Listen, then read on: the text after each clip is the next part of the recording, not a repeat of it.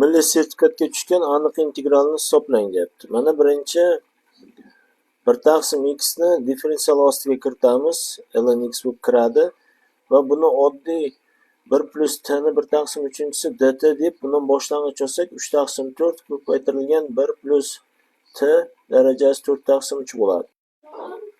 Chegaralarni qo'yib hisoblasak endi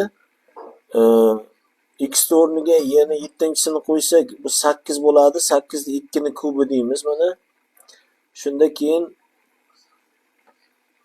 2 ni kubini 4 taqsim 3-si bo'ladida 3 lar qisqarib ketgandan keyin 2 ni 4-si qoladi.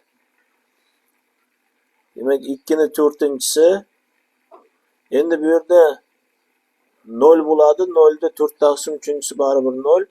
Shuning uchun endi javobi 3 taqsim 4 ko'paytirilgan 2 ning 4-si bo'lsa bu 16 taqsim 4 ko'paytirilgan 3 12 chiqadi. Demak javob 12 bo'lar ekan. Bizni kuzatib borishda davom eting. Rahmat.